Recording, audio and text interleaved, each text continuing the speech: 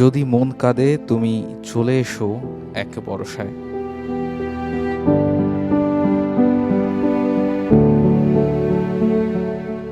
মাহবুব আলী জ্যাকির তো এই মাঠেই ফেরার কথা ছিল, তবে এবারই যে শেষ আশা, এবারই যে শেষবার প্রিয় কোচকে দেখার শেষ সুযোগ, এমন চরম নিষ্ঠুর সত্য কি করে মানবেন মুশফিকুর রহিমরা? মানতে পারেননি শরীফুল ইসলাম, নাঈম শেখরাও। বিদায়ের করুণ সুরে সুর মিলাতে চলে এসেছেন সিলেট আন্তর্জাতিক ক্রিকেট স্টেডিয়ামে। কারো মুখে শব্দ নেই, সবাই প্রিয় জ্যাকি স্যারকে বিদায় দিয়েছেন চোখের জল।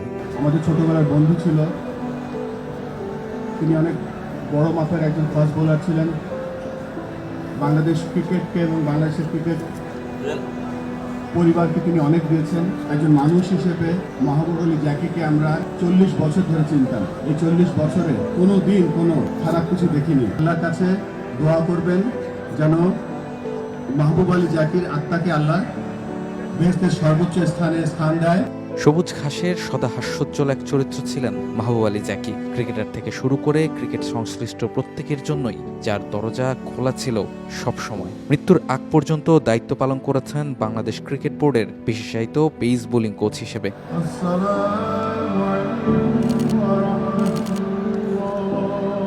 তাসকিন আহমেদের আন্তর্জাতিক ক্রিকেটে ফেরা কিংবা শরীফুল তানজিম সাকিবদের আন্তর্জাতিক ক্রিকেটের জন্য তৈরি করা সব ক্ষেত্রেই বড় অবদান ছিল এই কোচের।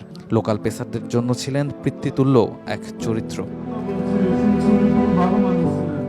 এবারের বিপিএলে কাজ করছিলেন ঢাকা ক্যাপিটালসের সহকারী কোচ হিসেবে। ঢাকার ম্যাচের ঠিক ২০ মিনিট আগেই মাটিতে লুটিয়ে পড়েন তিনি। এরপর সিলেটের একটি হাসপাতালে নেওয়া হলে চিকিৎসকরা তাকে মৃত ঘোষণা করেন।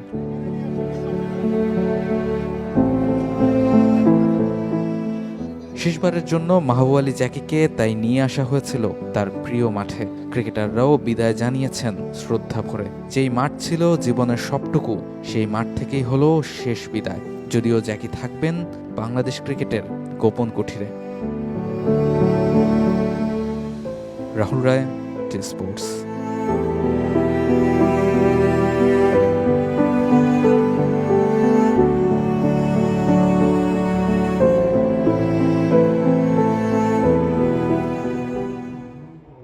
For more updates, subscribe to our YouTube channel and click on the bell icon.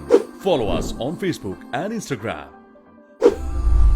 Download T-Sports app to enjoy exciting games and highlights. Visit tsports.com.